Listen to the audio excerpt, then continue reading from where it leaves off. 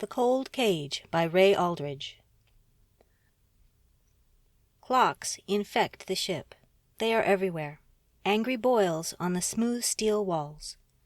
They claim that 271,358 standard days have passed since we departed the outermost edge of the system. The clocks also display the time that must pass before we can return, 1,343 standard years. I try not to look at that figure, but I know it by heart. It is time for my daily tour of inspection. If I do not wish to go, the metal body in which I exist will take me along anyway. This is one of several things about my mission that I do not understand. If I am here to lend a human perspective to the ship, as I must believe, why then do I have so little volition? I seem to remember that once I was a forceful man. Should I one day evaporate from this cold brain that holds me, I wonder, would anything change? This is a foolish thought. Who would devise new punishments for the prisoners? First, I inspect the core hold, a white, spherical compartment in which the prisoners are maintained at a temperature very close to absolute zero. They float in precise rows, 6 up and 30 across, caught in a gauzy web of tubes and cables. They are quite beautiful. Each is sealed in a mirror-bright film, which protects the inert flesh from the heat of the lights. They are so brilliantly reflective that no details are observable. I cannot tell which body is mine. Under the observation port hangs a telltale board.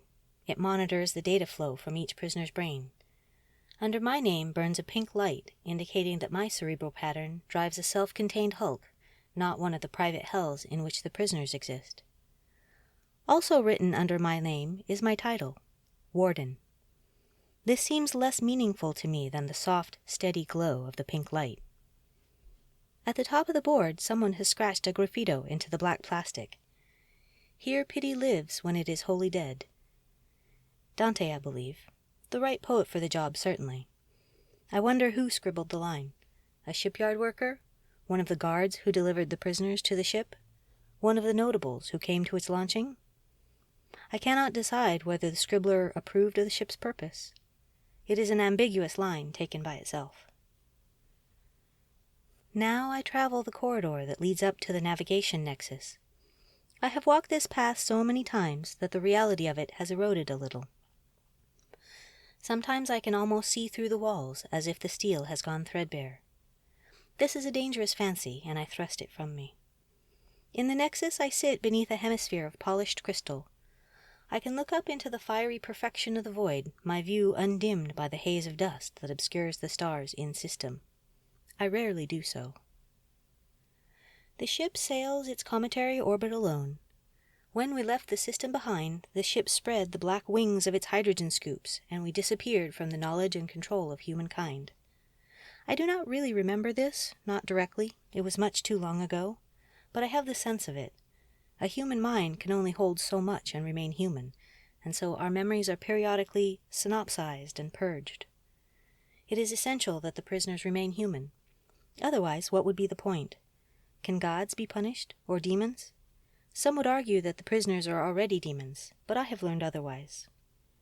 As we passed beyond detector range, the ship began a series of random alterations to her orbit. Those who programmed the ship were determined and skillful. They made certain she would not be found until she came back into the sunlight. What events were chosen by the programmers to generate the ship's gyrations? True randomness does not exist, I suppose, but perhaps a lump of isotope decayed and the ship modeled her maneuvers on these sparks of dying matter. Or she watched the heavens for signs, a new nova, a new burn. We will not be found. We will spend our allotted time out here in the darkness. Why? Mercy is a human impulse that endures beyond grief and horror and rage and pain, and this is as much a human liability as a human glory. The prisoners aboard this ship have all committed monstrous, merciless crimes. But after 500 years, who would remember their victims? Would some well-meaning soul wish to draw these prisoners back from their hells? Have they not suffered enough, that good-hearted person would say, and an expedition would be mounted to find the ship? That can never happen. It would take 1,000,000 ships 1,000 years to search all the places we might be, and this would be an impractical degree of mercy. Of course, we carry no transmitter, so we cannot call for help. I examine the readouts. The ship functions perfectly, as she always does, and I leave the Nexus. 3 of my clients require my attention. I descend through the ship to the chamber where the experiential simulators wait. On one gleaming wall is a panel with 179 sockets. I stand before it. I remove a cable from a recess in my forearm. One end of the cable plugs into the socket, the other into my chest, over the place where my heart would beat, if I still had one. I touch a rocker switch on the panel. I look into Ferris Nilo's dream. Through an empty gallery she paces, a small, bony woman, all angles and sharp edges. Many large canvases hang on the rough concrete walls. The paintings are abstract. They consist of tiny, fussy patterns in muddy browns, leaden greens, cold, lifeless grays. I get an impression of obsessive energy, extravagantly expended on worthless concepts. This is as it should be. She turns, looks through me. She cannot see me. Her lean, haggard face is taut with despairing anticipation. "Oh, please, this time," she whispers, but there is no real hope in her prayer. Like the others, the scope of her crime was extraordinary. She was an artist. The critics and the public refused to see merit in her work. On her world, the harsh blue sun made cataracts a frequent and unremarkable ailment. People used an ointment to repair the injured tissue. Ferris Nilo contaminated a large shipment of this ointment with a feral enzyme she somehow obtained from a military depot. People applied the ointment, and their eyes dissolved. Almost before they could feel the pain, their eyes were dripping down their faces. Tens of thousands were blinded permanently. Hundreds were less fortunate. The enzyme penetrated their brains, inducing a particularly ugly madness. Self-destructive impulses consumed them. They cut their own throats. They leaped from high balconies. They beat their heads against the walls until their rotting brains spilled out. I have seen the images. The ship shows such things to me whenever I grow weary of my task. I believe that she never had any grasp of the magnitude of her crime. She is one of those unfortunates who have no imagination. To this failing I ascribe both her unsuccessful career and her unthinkable revenge. I am certain she had no idea how it would be. The screaming, the bloody clawing hands, the faces with holes where eyes should be, the helpless staggering of her victims. Still, should she avoid punishment merely because she is too stupid to understand the horror she committed? The answer must be no, of course. For the first 100 years she suffered this punishment. She was given glimpses of great beauty, wonderful paintings, marvelous landscapes, exquisitely handsome men and women. Then she was blinded and forced to exist with these things, which, by the evidence of her other senses, she knew to be still there beyond her grasp. The ship, as always, produced clever refinements on the basic plan. Though she could touch the textured surface of the paintings, one day she would hear a knife tearing through all that beauty. Or she would find herself living in the crisp, clean air of some alpine vista, but one day she would hear the avalanche sweeping down on her. Or one day the sweet voices of her beautiful people would go still, and soon the stench of death would thicken, and she would grope her way along the wall and fall into a mire of decaying flesh. This cycle over and over. Her first punishment was a flawed concept. She only believed that beauty mattered to her. In truth, she was not especially moved by it. After a while, she grew philosophical. This could not be allowed, so that mode changed. For 600 years, she has failed to move the critics and the public. Her life in the experiential simulators has been undistinguishable from her former reality. She is infected with an obsessive desire to paint. She must paint. She is driven by a great faith in her non-existent talent. At intervals, when her expectations have risen to an unbearable point, she is given a show at a prestigious gallery, thus pushing those expectations even higher. On the day of her opening, her mental state is indescribable. She suffers abject humiliation, of course.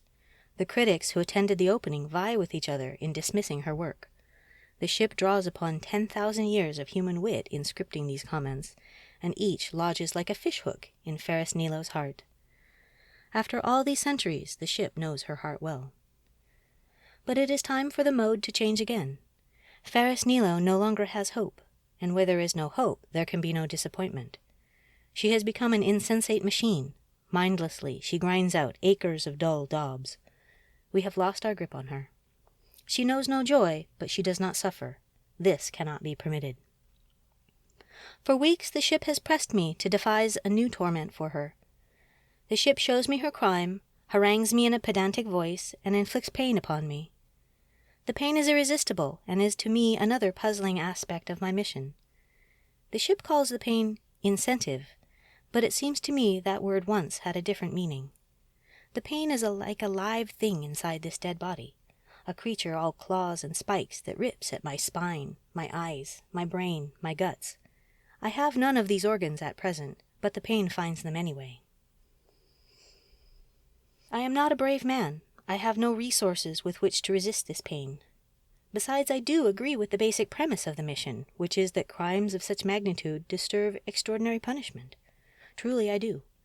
I never deliberately drag my heels when a new punishment becomes necessary. If I occasionally feel an exhaustion of creativity, the ship could make allowances. It does not. I often wonder what other subtler constraints have been placed upon me. Did my thoughts always run in such cool, precise channels? Was I once a man who laughed? Did I ever cry out or curse my misfortunes when I wore flesh? Ferris Nilo's body grows rigid until she is a woman made of translucent ice. Her world shifts into the new mode. The paintings change. They take on life and verve. The patterns writhe with passion. The colors burn with portent. The paintings have become magnificent, works of genius. They are no longer Ferris Nilo's. The gallery fills with ghostly figures, which gradually take on substance. It is clear that the viewers are exalted by the paintings. Now, Ferris Nilo returns to life. She moves among the others. She is as exalted as they. In reality, she lacks the capacity to appreciate work of this quality, but the ship bestows it upon her. She is bitterly envious. The artist drifts towards Ferris Nilo, smiling, exchanging greetings with her admirers. The artist is a lovely woman, tall, graceful, with waist-length hair the color of tarnished silver. She is an idealized version of Ferris Nilo's long-ago last lover, and Ferris Nilo draws a painful breath. The artist glides up to Ferris Nilo. "What do you think?" she asked. "Wonderful," Ferris Nilo replies. Her eyes dart from painting to artist, from artist to painting. The artist smiles at her, a sweet, accepting smile that flows like cool, healing water over Ferris Nilo's tattered heart. "Come with me," she says to Ferris Nilo, extending her hand. Ferris Nilo will grow to care fiercely for the silver-haired woman, will rise to the heights with her, and plunge to the depths, and her torment will be fresh again. We suffer more for the wounds of those we love than we do for our own injuries. It is a human trait that I have exploited many times now. I wonder how many centuries Ferris Nilo will suffer this new pain before her heart grows another protective callus. The pain releases me. This is the way the ship conveys its approval. None of this would be possible were it not for the ingenious interface that links the frozen brains of the prisoners and the worlds built for their punishment. The brains change not at all. Their only function is to provide a constant reference point for the experiential simulators. Thus, the prisoners burn forever in the fiery lake and are not consumed. But pain forgotten is no pain at all, so we remember and we change. And this is because the ship maintains analogues of ourselves in its processors.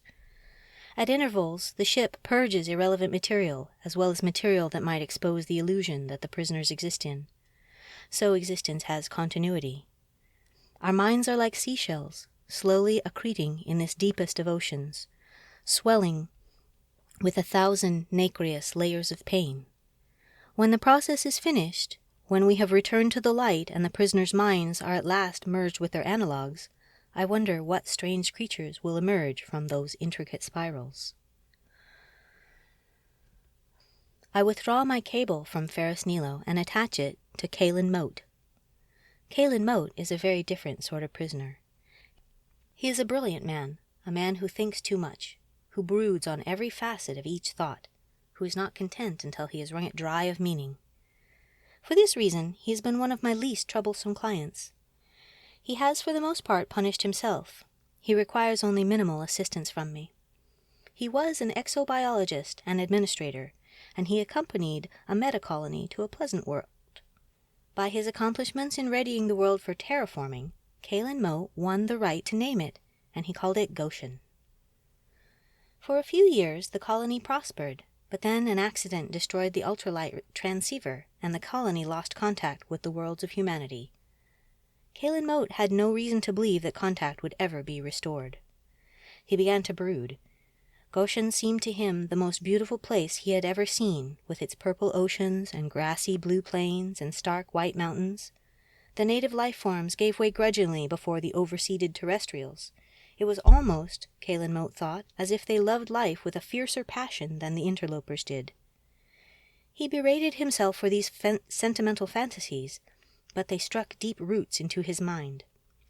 He was tormented by thoughts of what Goshen would become when the original biosphere was gone and humanity covered every habitable place.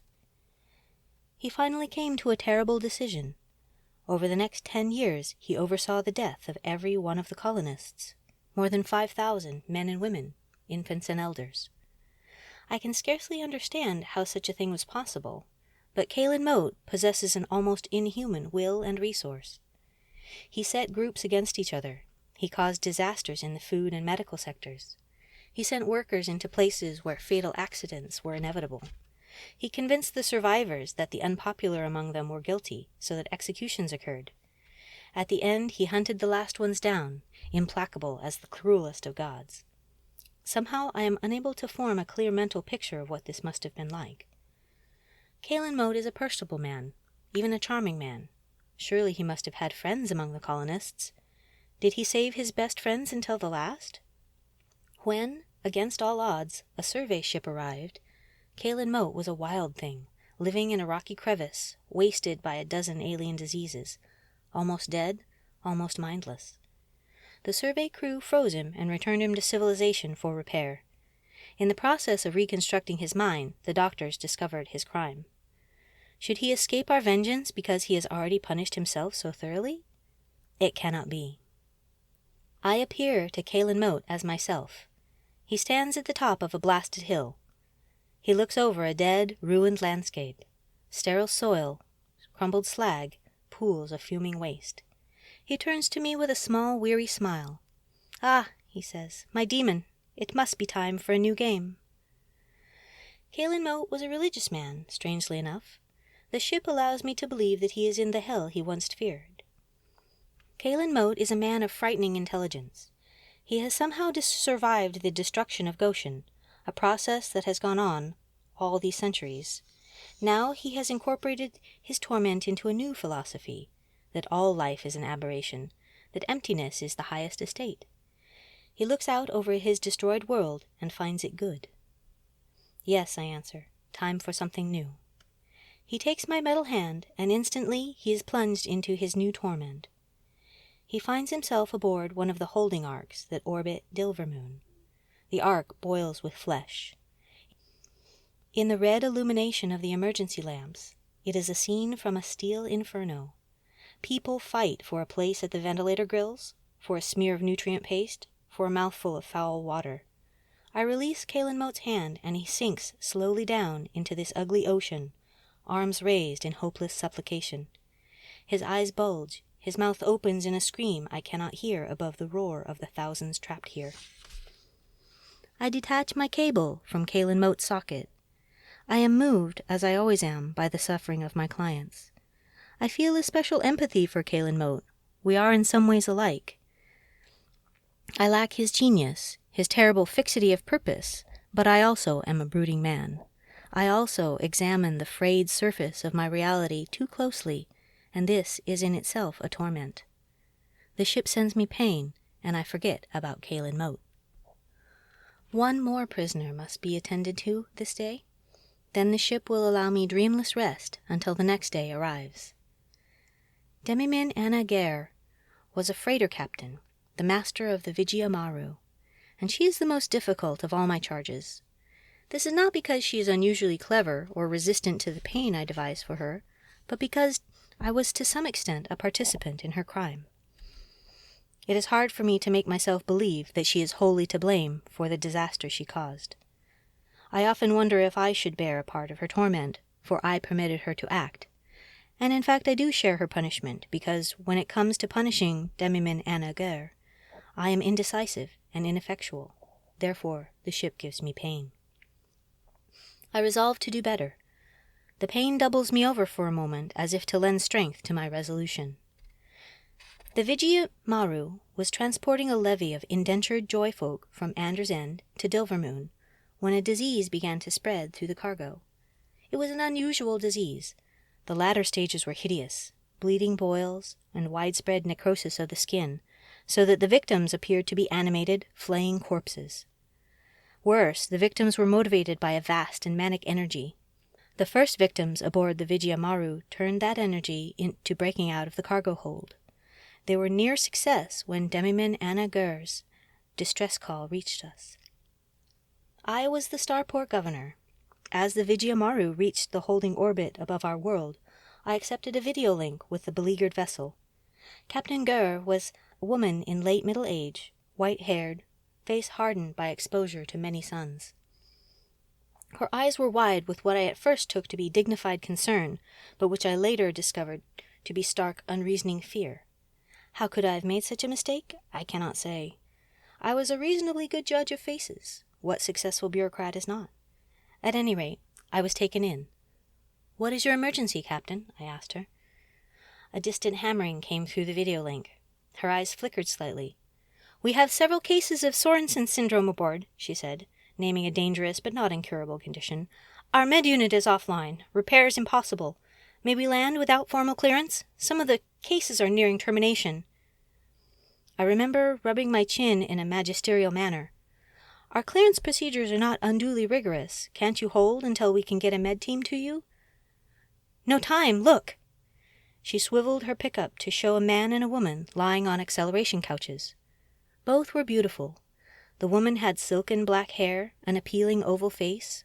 The man was muscled like a great cat, the planes of his face crisp and vital. Both lay still, eyes shut, breathing quick, shallow breaths, pale as ice. It was not difficult to imagine that they were near death, but later it was revealed that they were two joy persons who had come to the captain's quarters before the outbreak commenced. They helped her to pass the time, and later, carefully coached, they helped her to deceive me. The pickup shifted back to the captain's intense face. "Please?" Once I would not admit that her beauty impelled me to my disastrous act of mercy. But after all these centuries, I have learned a degree of honesty. Had Demimin Anna Ger shown me the raving monstrosities that shambled about in her cargo hold, I would certainly have destroyed the vessel with a nuclear weapon before it entered our atmosphere. But I did not. I instructed her to land her freighter on a suitable decon field, and she took the Vijaya Maru in. She, of course, had no intention of going down with her ship. 1,000 meters above the field, her lifeboat separated and darted away. I do not know how she thought she would avoid capture.